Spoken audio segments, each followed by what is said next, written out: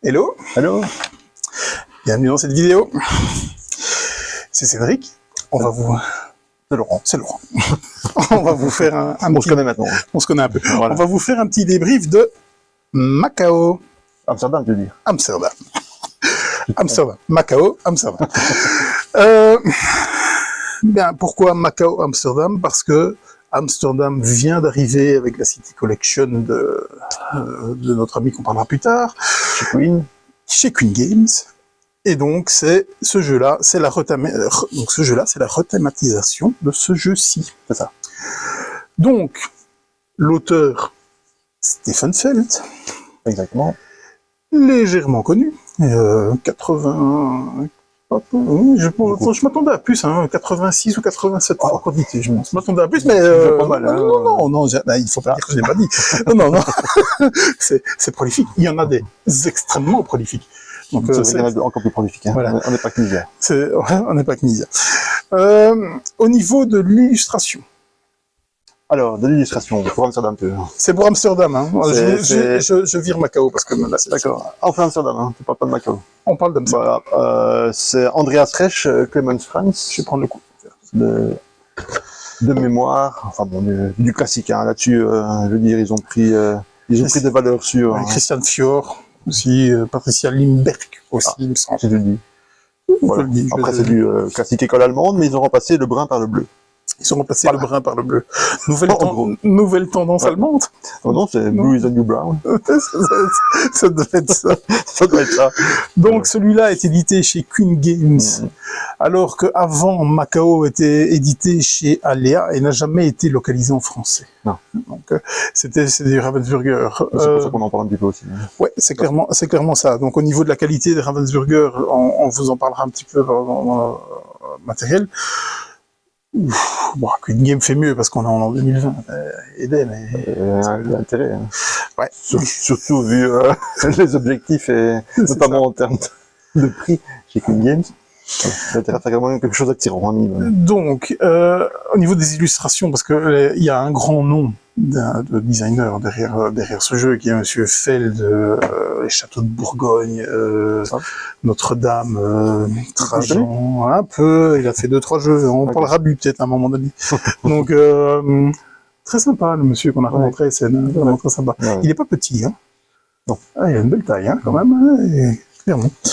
Donc on l'a vu à SN, c'était un des grands moments. Plusieurs fois, SN. Oui, bien sûr, mais enfin, moi, c'est la première fois qu'il vient me serrer la main lui-même. Tu vois? Il m'a reconnu. Ouais, ça doit être ça. C'est ça, voilà. C'est peut-être parce qu'on On a on fait patienter ces jeux qui sont hors de prix. pour acheter ces jeux. Voilà. Donc c'était Et moi on qui fait pouvais... patienter un petit peu dans les longues files. Donc, ouais, c'est ça.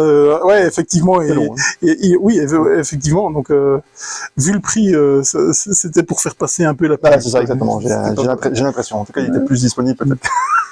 Même si, c'est sympa. Oui, bien sûr, bien sûr. On charrie. Donc, au niveau des pinceaux, des grands noms, vous avez dit, parce qu'on retrouve ces noms sur des énormes classiques du Crésois central, de l'Agricola, par exemple. Entre autres, il y en a pléthore, on pourrait continuer, mais, waouh. Je sais pas combien de fois Clemens Franz est crédité. Et on pourrait penser qu'il est âgé, il n'est pas nécessairement si vieux que ça. Non, effectivement, j'ai vu sa photo. Il va encore sévir de nombreuses années, je crois. Attends, On est méchant. moi, j'aime bien Clemens Franz. Voilà. Bon, soit tu l'aimes, Ça dépend. tu l'aimes Enfin, bon. C'est problème avec les visages, mais tout va bien. Il fait du médiéval. Voilà, exactement. Donc, Le visage d'époque. au niveau du matos, le matériel, donc on va rapidement passer sur... Juste une petite Dis-moi, remarque, oui. j'interromps, c'est la version retail d'Amsterdam. C'est la version retail Parce d'Amsterdam. que la version retail coûte déjà un bras. Oui. La Deluxe en coûte deux. Donc, voilà. J'en avais déjà plus qu'un. Bien sûr. Je me suis contenté de la retail. La seule différence, en fait, en gros, dans la version Deluxe, il y a les roues et on va en parler après, mais les petits jetons ici de ressources sont en acrylique dans la version Deluxe. Ici, dans le jeu, c'est absolument identique, il n'y a absolument aucune différence, et heureusement, il n'y a pas de différence au niveau du gameplay. Ce que je ne supporte pas dans les Kickstarter qui font des différences de gameplay entre retail et les Kickstarter. Oui. Oui, des additions et des choses qui sont indispensables. Oui. C'est beaucoup plus désagréable. Ici, c'est purement esthétique et matériel. Esthétique. Donc effectivement, tu l'as payé Trop cher. Oui, bien sûr, mais un peu moins de 100 euros, À 80 €. 80 euros. C'est déjà beaucoup. J'ai vu dans des boutiques à 100 €. Ouais. Il y a pléthore de matériel, faut le Il laisser. y a un petit badge là qui explique en partie ça. Ici, oui, le badge green. Ouais. Ok. Green Made in Germany. Ouais, produit en Allemagne, circuit court, C'est un choix différent. c'est respectable. C'est vraiment respectable. Maintenant, ça fait cher pour un jeu qui est quasiment qu'une rethématisation. On va en parler des petites différences, mais voilà. Personnellement, je trouve que même si c'est une valeur sûre, ça va en freiner certains, clairement. Bon, au niveau du matériel, donc encore une fois, ici, c'est ce qui se passe dans Macao. On peut pas comparer. Macao, j'ai pas regardé la date de Macao, mais on est sur une dizaine d'années. Plus que ça, je pense. Oui, ok. Donc, d'avoir joué à Macao. on a fait énormément de progrès là-dessus. Même si parfois les graphistes allemands ont tendance à nous commettre ce genre de choses encore maintenant. Au niveau du matériel, en plus, c'est du Ravensburger. Au niveau du Macao, ce qui, on connaît ce que Ravensburger peut faire de pire. Donc voilà, c'est pourquoi le matériel est là, juste pour vous montrer un peu la différence d'édition. Mais aussi évolue Ravensburger. Quand on voit maintenant, par exemple, leur dernière sortie SN. Council of Shadow. Ouais, Council of Shadow, c'est quand même il y a un parti pris, mais c'est plus moderne. Hein, clairement, donc ils ont viré le marronasse, mais surtout, on est par le noir. Oui, par le fluo aussi beaucoup, dans Council of Shadow. Mais surtout, on se retrouve sur du matériel normal, avec des épaisseurs de plateau normales, c'était le gros problème. Normal. Donc effectivement, c'était pas la marque de fabrique de Ravensburger de l'époque. Donc, je suis en train de t'en vouloir, mais phénoménal. Parce que je n'arriverai plus jamais à jouer. Je n'ai jamais joué à Macao parce que je m'ai joué alors. Mais je n'arriverai pas à jouer maintenant, merci. C'est ça du coup, parce que moi, je ne sais pas si je vais hypothéquer ma maison pour acheter à Amsterdam. Du coup. Donc on anticipe un petit peu, mais je ne suis pas 100% convaincu. Moi, je savais à quoi m'y entendre parce que j'ai déjà joué à Macao, mais voilà. Donc, niveau matériel, il y a pléthore. Hein. Il y a vraiment pléthore. Donc, on l'a pas sorti, il est là-bas sur le côté. On n'a pas tout sorti. Il y a plein de cartes, il y a plein de ressources. Il y a beaucoup de cubes. Ouais, beaucoup de cubes. Parce que c'est le principe du jeu. Ouais, il y a plein de trucs. Donc, au niveau du matériel, je pense pas qu'il y ait grand chose à dire. En tout cas, au point de vue négatif, en tout cas, quoi. Non, je pense pas. Moi, ce que j'aime tout particulièrement, c'est les illustrations au dos du plateau. Ça sert à rien, mais je trouve que ça apporte déjà quelque chose. C'est quand même issu d'un Kickstarter. À la base. Des choses quand même qui sont. On attend ce genre de choses dans ce genre de produit, surtout quand on fait ce prix-là, je pense. C'est pas du tout indispensable, mais voilà, c'est un plus qui n'est pas dédaignable, même si ça ne change absolument rien, parce que le dos du plateau, vous ne voyez pas. Pour en rester sur le matériel. Oui. Les roues sont plus qualitatives que celles de barrage. Bien sûr. Bizarrement. Oui. Mais voilà. La barre n'était pas haute. On est d'accord, même si ce n'est peut-être pas les mêmes designers, les mêmes maisons d'édition, je pense que ça avait fait traîner de poudre et qu'il y avait moyen de ne pas buter deux fois sur la même pierre. C'était vraiment pour le mot. Mais elles sont assez bien. Oui, c'est pas mal fait. Même si elles restent en carton, évidemment les acryliques sont plus qualitatifs. Mais ça reste autre chose que ce qu'on a pu découvrir avec l'excellent barrage. Ouais. Donc au niveau des règles, je vais te laisser le pitcher en 2 mots, vraiment 2 mots. Oh, on va peut-être pas rentrer dans les règles. C'est un pur jeu de planification. On peut le dire. Il faut aimer. C'est un brûle-neurones. Il faut aimer vraiment se creuser les ménages, puisque à chaque tour, on va récupérer des ressources, donc des cubes en l'occurrence. Par rapport à des dés qui ont été lancés. Donc il y en a, je ne sais plus combien de couleurs, il y en a 5, 6, au moins, oui, 6 je pense. Et donc chaque ressource, donc chaque couleur de ressource a un dé qui lui correspond. On lance tous ces dés en début de manche et on les place en dessous des cubes de la couleur correspondante. Et donc si on choisit cette couleur-là, on pourra récupérer un nombre de cubes égal à la valeur du dé de la couleur correspondante. C'est pas tout, donc on va dire autant prendre chaque fois les 5, les 6 évidemment, parce que vous imaginez bien que plus on a de cubes, plus on pourra faire de choses intéressantes. Mais le twist, c'est qu'évidemment, plus on prend une valeur élevée, plus on devra le placer loin dans la roue, et donc on ne pourra les utiliser que plus tard dans la partie. Ça veut dire si on prend un 6, on pourra les utiliser que dans 6 tours. Même si on a 6 cubes, on ne pourra les utiliser que dans 6 tours. Puisque on va les placer donc sur la, je ne sais pas si on peut voir la caméra, si, comment je dis, on va placer les cubes que l'on prend dans la case correspondante. Donc si par exemple on prend 6 cubes orange, on viendra les placer ici. Et on va prendre une deuxième couleur, donc à chaque tour on va prendre 2 couleurs, par exemple je prendrai le 2 orange, à ce moment-là les 2 cubes orange que je prendrai viendraient se passer dans la zone 2. Et une fois que tout le monde a drafté donc ces cubes, on peut d'ailleurs, c'est pas exclusif, on peut d'ailleurs choisir la même couleur, heureusement il y a suffisamment de restrictions déjà dans le jeu. Sinon, voilà. Et donc à chaque, à la fin de cette phase, donc qui se fait dans chaque manche, on va tourner d'un cran la roue, et les cubes qui sont présents là seront les cubes disponibles pour cette manche-ci. Et uniquement ceux-là. Voilà. Et donc il faudra faire quelque chose avec ces cubes, il faudra tous les utiliser parce que ceux qu'on n'utilise pas sont perdus. Mais en même temps, c'est hérité de Macao, ils l'ont conservé. Il y a des pénalités, notamment une pénalité à ce niveau-là. Si on se retrouve à un certain moment à une manche avec 0 cube, donc non seulement on ne pourra pas faire d'action, mais en plus on chope des points négatifs, donc un jeton malus, des points négatifs en fin de partie. Ouais, ça c'est super intéressant, voilà. Ça. C'est super intéressant, je sais pas si c'est le mot. Non, non, pour moi, oui, en tout cas, je trouve ça super intéressant. D'ailleurs, le concept. Au niveau de l'explication des règles, ça me faisait très peur, justement. Je m'étais dit, on va ramasser phénoménal. Mais c'est là c'est là pour moi, c'est une des choses qu'on ressent le côté ancien design. C'est quelque chose qu'à l'heure actuelle, on n'envisage plus dans un nouveau jeu bien souvent, ou très peu. Ou alors dans des jeux qui sont bien souvent soit pas Eurogame, soit plus pointus. La pénalité. La pénalité. Ouais. C'est quelque chose qui est à l'heure actuelle, comme beaucoup de choses, est plutôt mal vu et peut dérouter ou refroidir certains joueurs. Plus occasionnel. Il est certain que s'il sort sa charme, c'est compliqué. Maintenant, c'est peut-être un défaut de prévoyance, quoi. Moi, j'ai toujours fait en sorte d'avoir mes 3 ou 4 slots de prix. Si on fait attention. Pour être sûr de ne pas avoir de problème. J'ai dû m'adapter parce que les couleurs ne tombaient pas spécialement comme je le voulais. Mais, c'est plus un défaut de prévoyance et c'est peut-être une stratégie, à avoir de l'expérience de gamer, en fait. Il suffit de garder un œil là-dessus. Si on en est conscient, à un moment, on l'évite. Ça n'arrive pas. Parce que au bout de notre partie, on avait ni toi ni moi pas pris de points négatifs. Après, ça peut être une stratégie de prendre des points négatifs pour faire une action qui finalement rapportera plus que. Et donc le delta de points sera plus intéressant. C'est une décision à prendre. Voilà, mais c'est vrai que c'est quelque chose que je pensais pas qu'on allait retrouver dans Amsterdam par rapport à Macao. C'est assez surprenant. Bon, moi ça me plaît, hein. Attention, je ne dis pas ce que j'ai pas dit, moi ce genre de mécanique.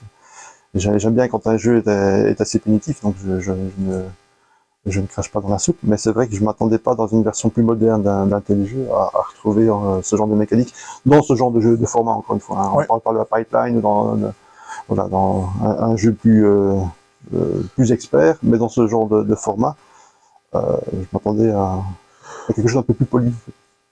Ouais, mais j'ai pas trouvé, non, du tout, j'ai pas trouvé ça fort, à l'énoncé des règles, je m'étais dit, waouh, ça va être méchant, ça va tailler, ça va être méchant, vraiment.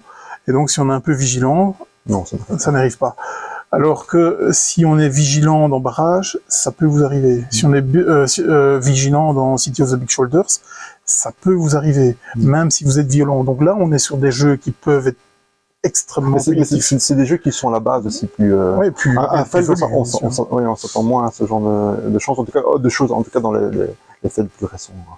La difficulté est bien souvent ailleurs. Maintenant, je pense que c'est certainement pas là où on a le plus de chances d'avoir ce genre de jeton malus, mais peut-être plutôt au niveau des cartes. Puisque à chaque tour, on est obligé de prendre une carte, et il faut dépenser des cubes pour la faire passer au-dessus, qu'elle devienne active.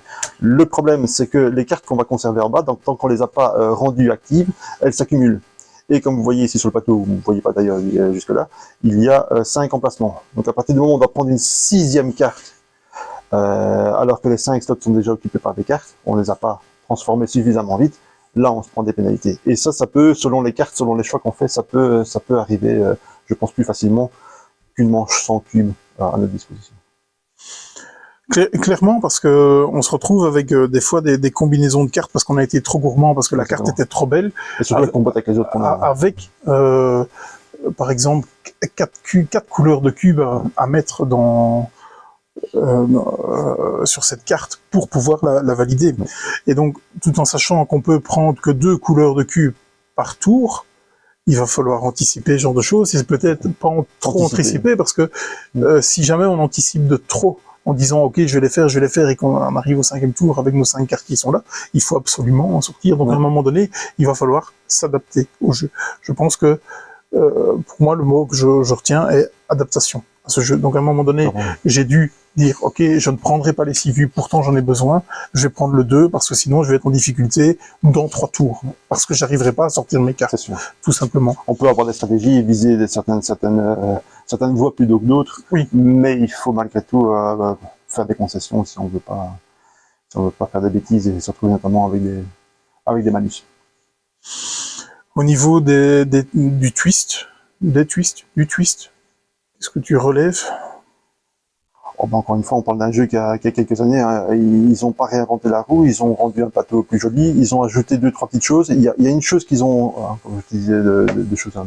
On a poli un peu le côté brut du jeu d'origine, c'est qu'on peut conserver entre les tours un cube, ce qui n'était pas le cas dans Macao. Ça change énormément. Ça change énormément. N'ayant pas joué à Macao, même si je pense que si je devais jouer à Macao, je pense que je prendrais cette règle-là parce que alors là, ça risque pour certaines cartes où il y a beaucoup notamment ça risque d'être méchant, quoi. Ouais. Ça risque d'être très très méchant là. Donc le côté un peu moins méchant d'Amsterdam par rapport à Macao. Et une autre chose de mémoire, parce que ça je n'ai pas joué à Macao depuis longtemps, mais je pense que les commodités, donc les biens qu'on peut récupérer ici en dépensant des cubes sur cette partie basse du plateau, donc autour des canaux, je pense que dans l'original, il y a plusieurs couleurs de cubes. Ici, c'est toujours un certain nombre de cubes de la même couleur pour récupérer les commodités. Je pense que dans l'original, il y a facilement, régulièrement 2 couleurs, par exemple, je sais pas moi, 2 roses, 2 bruns, pour avoir, et donc forcément ça complique encore les choses. Ouais, là, waouh, j'ose même pas l'imaginer, là, du coup, là. Non, c'est ça que je dis, ils l'ont quand même un petit peu poli, tout en gardant, c'est ça qui, pour moi, assez étonnant, c'est malus. Maintenant, c'est vrai que, dissuader quelqu'un de se retrouver sans action, c'est important, je pense. Donc, je peux comprendre un petit peu l'idée derrière ça.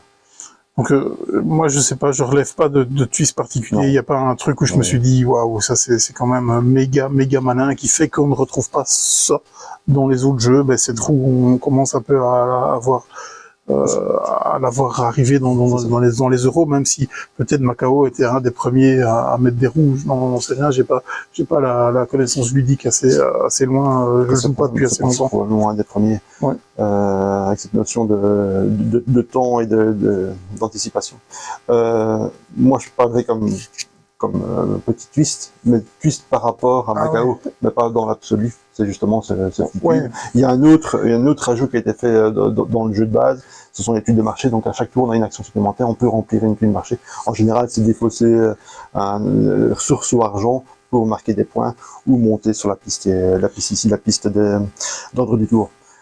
Voilà. À noter aussi que à l'image de Marrakech, il y a 4, je pense, de mémoire, 4 petits modules qui peuvent être ajoutés encore en plus. On n'a pas joué, on a joué vraiment le jeu de base entre guillemets qui est très très bien en état, voilà, c'est ça. Il y a notamment un des modules, c'est des objectifs personnels, faut pas regarder, des objectifs cachés de mémoire. Voilà, ce genre de choses. Ce que je trouve aussi intéressant, c'est quand à notre tour de jeu, on a l'occasion d'aller chercher des marchandises en ville, une marchandise en ville, pas des marchandises en ville, une marchandise en ville, et qui fait qu'on peut la charger sur nos bateaux, parce que nos bateaux vont aller livrer dans certaines destinations pour avoir plus ou moins de points. Ce qui est super intéressant aussi, c'est qu'on peut la charger que quand on est sur un quai de chargement, et pas sur un quai de déchargement. Ça, j'ai trouvé ça bien malin, parce que en fait, le mot principal... C'est thématique aussi. Oui, bien sûr, bien évidemment. Mais suppu comme dans plein de jeux, que ce soit un quai de chargement et de déchargement. Comme dans le cuivre dans le brasse. Je ne veux pas me mettre quelqu'un d'autre. Qui vole. Donc. J'adore pas. Donc ici, c'est un des mots qu'on va. Donc c'est anticipation et adaptation. Il faut aimer l'anticipation. Ouais, clairement. Oui, planifier ses coups plusieurs manches à l'avance. Si vous n'aimez pas ça, c'est même pas la peine. Ouais, faut pas y aller, quoi. C'est même pas la peine d'y aller. Faut pas y aller. Dans les plus et dans les moins, est-ce que tu verrais? Dans l'absolu, par rapport à Macao, Non, juste Amsterdam, hein, on est sur Amsterdam. Juste Amsterdam. Dans les plus, moi, ce que j'aime, c'est que c'est un jeu dans un format où il y a justement un certain degré d'anticipation important, et c'est pas nécessairement, ça couvre pas nécessairement les rues, notamment dans ma bibliothèque. Donc pour moi, il a sa place. Maintenant, si j'avais encore Macao, je suis pas sûr que je réinvestirais dans Amsterdam, surtout vu les prix pratiques. Ouais, clairement. Donc, en plus, pour moi, c'est un jeu qui a sa propre personnalité, et même s'il y a un petit côté daté qui a été conservé intentionnellement ou pas dans Amsterdam, c'est un jeu qui est suffisamment différent mécaniquement et au niveau de la réflexion qu'il demande pour être dans ma bibliothèque.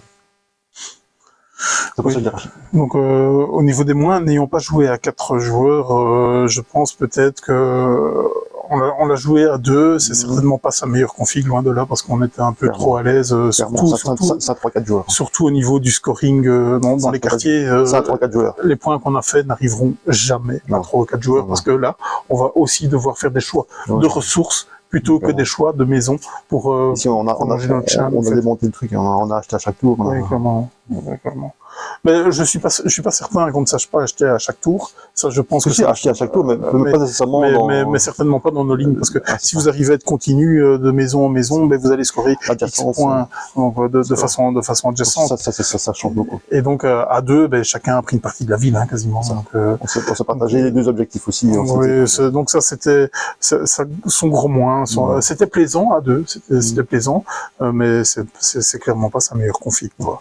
Et en plus, au niveau des livraisons, avec les valeurs dégressives dans chaque quartier de livraison, là aussi, il va y avoir une course où on est resté longtemps à quai parce qu'on a pu se le permettre, à 3 ou 4. On va prendre la mer, hein, donc on va les livrer parce qu'il faut faire des points, quoi. Donc je n'ai pas vraiment changé par rapport à Macao. Au niveau de mes avis, moi j'ai passé un très bon moment, en tout cas. C'était très. Je suis déjà un peu conquis parce que je suis un Feldien, et puis voilà. Alors que moi pas. Pas vraiment. J'avais un très bon souvenir de Macao. Donc c'est pas mon Feld préféré, ça n'a rien à faire, mais c'était un très bon Feld, hein, vraiment très très bon cru. Donc j'y rejouerai avec grand plaisir, en tout cas à celui-là. Pareil. Des jours à 4. Oui. Clairement, on va une fois voir ce qu'il a dans le ventre. Au niveau de sa durée, on a mis 2 heures pour notre première partie. Ça s'enchaîne assez rapidement. Hein. Mais on réfléchit beaucoup, donc à la fin les tours sont longs. Hein, les tours sont longs, et si on a des joueurs qui sont dans la trame, il peut être relativement long. Ouais, je pense. Donc, il y a beaucoup de réflexion. En plus, ça avait tendance un peu plus à comboter, on va dire, avec ce que tu avais vers la fin. Avec les cartes qu'on était parvenu à monter, parce que ça nous donne de l'or, enfin des gulden, ça nous donne des gulden, ça nous donne des cubes en plus et tout ça, et donc on a tendance à comboter, donc les tours vont être longs vers la fin, clairement. Surtout pour la nuit, parce qu'il y a une espèce de progression, et puis comme les dés sur la dernière... ça c'est super bien fait, je trouve. Ça c'est vraiment super bien fait. Bon, maintenant c'est le jeu qui a voulu ça, parce que laisser la possibilité de prendre des 6 au dernier tour, c'est complètement stupide, hein. Donc ça c'est quand même pas mal, mais le fait que on ait de moins en moins de cubes du coup, même si les tours précédents on a un peu chargé nos trous, j'ai trouvé ça très très bien. Ça c'est peut-être un twist un peu particulier que j'avais pas spécialement déjà vu dans les jeux. J'ai trouvé ça très bien, mais encore une fois c'est le jeu qui l'impose, parce que c'est de la cohérence. Donc le jeu limite quand même la montée en puissance à certains moments. Oui, mais attention, parce que le 11-12e tour, il est bien puissant aussi. Donc au niveau de la disponibilité du jeu, bon, là, je laisse répondre. Ouais, ok. Queen Game, c'est pas mes copains. Hein. Ça, c'est clairement pas mes copains. J'avais cru comprendre. Leur politique commerciale est absolument détestable. Je vais essayer de pas trop en dire du mal. Donc, j'ai essayé d'avoir des boîtes d'Amsterdam. Ça a raté. Donc, j'ai essayé d'aller à SN pour avoir des boîtes. Ça a raté. On me promet des boîtes pour septembre. Alors qu'il y a des batchs qui ont été faits. Est-ce que j'ai raté le coche de la précommande? Ok, ça, je ne dirai pas. J'espère en avoir en septembre, parce que je pense que je vais rentrer à City Collection, parce que c'est le 2e de la City Collection que j'ai eu l'occasion de tester. Et je trouve que c'est du beau travail. Donc pour ceux qui n'ont pas les versions originales, parce que là, ceux qui ont déjà les versions originales vont se poser la question de savoir est-ce que j'y vais ou j'y vais pas. Personnellement, bon, je ne peux pas comparer Macao parce que je n'y ai pas joué, de ce que j'ai vu de la CD Collection entre Hambourg et Bruges, par exemple, j'y vais pas. J'ai Bruges, je vais pas sur Hambourg. Je suis pas fan de Bruges, donc j'ai pas investigué, mais Là, je sais pas quelles sont les différences. J'aime beaucoup Bruges. Il y a des différences. De là à dire que ça vaut l'investissement, c'est un débat que vous aurez en fait entre vous. Qu'est-ce qu'on dit? On met au bûcher ou on met au laurier? Je pense qu'il a sa place. Personnellement, je le mets, oui, moi aussi, je le mets comme ça. J'aime beaucoup. Avec certaines peut-être réserves, notamment si on possède déjà Macao. Oui, mais là on parle de dire, ok, celui qui n'a pas Macao, est-ce qu'il a Amsterdam, est-ce que c'est bon? Moi, tout dépend si on prend juste le jeu en compte, si on prend l'extérieur, notamment le prix, la façon. Oui, bien sûr, mais ça c'est tout un autre débat. Purement sur le jeu, pour moi. Donc pour moi c'est validé. Hein. On est d'accord. On est déjà pas mal, je pense, hein, dans tout ce qu'on a dit. Oui, je pense pas qu'on ait vraiment grand chose à ajouter. Sauf rentrer dans les détails vraiment du jeu, mais c'est pas le propos de la vidéo. Non, voilà, c'est pas ça, c'est vraiment un débriefing. La vidéo est un débriefing. Encore une fois, les avis sont subjectifs. Ouais. Subjectif et encore une fois à chaud. Oui, clairement. Malheureusement, on n'a pas le train de vie qui fait qu'on peut poncer des jeux et rejouer. Le temps n'est pas élastique, malheureusement. Et trop de bons jeux à jouer.